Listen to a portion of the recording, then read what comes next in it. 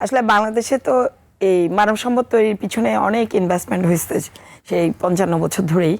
তো এটার কেন আপনার মানে ইকোনমিক রিটার্নটা ওরকম যথাযথভাবে আসলো না? হ্যাঁ, বিকজ আমি যদি পিছনে যাই, আপনি দেখবেন সবাই কিন্তু যার যার মতো করে স্কিল ট্রেনিংগুলো করাচ্ছে। তো স্কিল ট্রেনিং যেটা হচ্ছে আপনার এগুলো কমপ্লিশন সার্টিফিকেট হচ্ছে, কিন্তু কম্পিটেন্সি বেস সার্টিফিকেট হচ্ছে না, কারণ completion doesn't mean that competent. তো এই জন্য কমপ্লিশন সার্টিফিকেট নিয়ে যখন সে জব মার্কেটে যাচ্ছে, তখন সে দেখা যায় তার কর্মসংস্থান কিংবা তার ইনকাম ওইভাবে সে তৈরি করতে পারছে না। তো আবার যারা করছে, ট্রেনিংগুলো দিচ্ছে, তাদের মধ্যে আবার ওভারল্যাপ আছে, গভর্নমেন্টের বাজেটের ওভারল্যাপ হয়ে যাচ্ছে। এটা সঠিকভাবে কোঅর্ডিনেট করার জন্য একটা অ্যাপেক্স বডি দরকার কিংবা সমন্বয়কারী দরকার। এই বিষয়টা যখন সরকার ফিল করছে, তখন সরকার চিন্তা করলো যে প্রত্যেকটা মিনিস্ট্রি, প্রাইভেট সেক্টর সবাইকে কোঅর্ডিনেট করার জন্য সরকারের একটা অ্যাপেক্স বডি দরকার, যে অ্যাপেক্স বডি কোঅর্ডিনেট করবে, মনিটর করবে, ফ্যাসিলিটেট করবে, রেগুলেট করবে এবং মানে ফোরকাস্টিংগুলোকেও কম্পাইলেশন থেকে শুরু করে শ্রম বাজারের উপযোগী দক্ষ মানব সম্পদ তৈরির জন্য ভূমিকা রাখবে। তো সেই থেকেই আপনার ব্যাকগ্রাউন্ড থেকেই এনএসডি এর সৃষ্টি। তো এনএসডি এর বয়স আপনারা জানেন যে এখন 6 বছর চলছে। তো শুরুর 4-5 বছর আপনার আইন কানুন বিধিবিধান এস্টাবলিশমেন্ট এগুলোতে গিয়েছে। তারপরে আপনার জুলাই 2024 পর্যন্ত পাইলটিং স্টেজে ছিল। তার জুলাই 2024 থেকে এনএসডি ইন্ডিপেন্ডেন্টলি রান করছে। তো আমরা নর্মালি যেটা করি, এখানে আমাদের আইসির ইনফর্মাল সেক্টরের চেয়ারম্যান সাহেব আছেন, আবার ইউনেস্কোরও একজন প্রতিনিধি এখানে আছেন যিনি এখন এই মুহূর্তে পিএইচডি করছেন। তো আমরা নর্মালি যেটা করি, আমরা নিজেরা ফ্যাসিলিটেটরের রোল প্লে করি। আমরা কিন্তু কোনো কিছু নিজের থেকেই করি না, আমরা হচ্ছে ডিমান্ড ড্রিভেন কাজ করি। তো আমরা ডিমান্ডে কিভাবে পাই? আমরা দুটো চ্যানেলে পাই। ডিমান্ড পাই একটা সরকারি চ্যানেলে আর একটা বেসরকারি চ্যানেলে।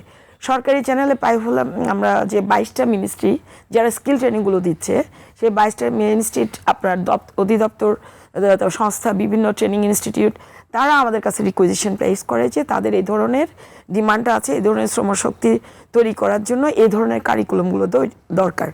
এখন প্রশ্ন আসতে পারে যে এই কারিকুলাম কি আমরা করি কিনা, আমাদের নিজেদের এক্সপার্ট আছে কিনা।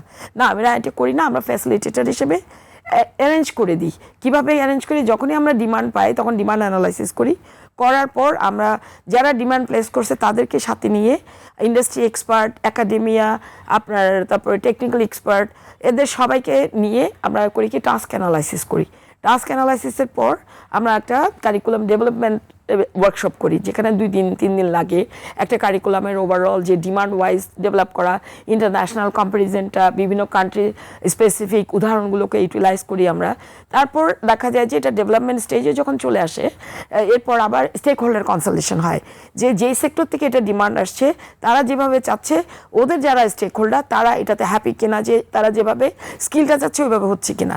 তো ওইটা যখন স্টেক হোল্ডার কনসালটেশন হয়ে যায়, তারপর এটা আমরা ভ্যালিডেশনে নিয়ে যাই, ভ্যালিডেশন ওয়ার্কশপ করি।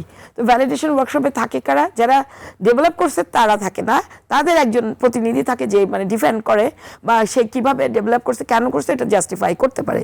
তো সেক্ষেত্রে আপনার ভ্যালিডেশনে যারা ডিমান্ড সাইডে আছে, যারা মেইন ওয়ার্কফোর্স চায় আর কি, যে কী ধরনের ওয়ার্কফোর্স আমার দরকার স্কিল্ড, তো তারা টেস্ট করে যে এই কারিকুলামটা যদি ট্রেনিংটা দেয়, ওই ট্রেনিং ইনস্টিটিউটও ওই ধরনের শ্রম শক্তি তারা তৈরি করতে পারবে কিনা, দক্ষ শ্রমিক তৈরি করতে পারবে কিনা। যখন দেখে যে না, তারা যেভাবে চাইছে সেভাবে হচ্ছে, তখন আমরা এটা ভ্যালিডেট করে দিই এনএসডিএ সরকারের পক্ষ থেকে। কারণ সবার এই যে এখানেও দেখবেন যে আপনার ইনক্লুসিভিটিটা আছে, ইনক্লুসিভ মানে অন্তর্ভুক্তিমূলক, কারণ এখানে প্রত্যেক টায়ারের সবাই আছে, যে ডিমান্ড সাইড থেকে আসছে সে আছে, যে টেকনিক্যাল এক্সপার্ট সে কন্ট্রিবিউট করছে, যে একাডেমিয়া সে কন্ট্রিবিউট করছে, আর আমরা যারা ফ্যাসিলিটেটর আমরা সরকারের পক্ষ থেকে ফ্যাসিলিটেট করছি। তো এই টোটাল প্রসেসটা আমরা এনশিওর করি।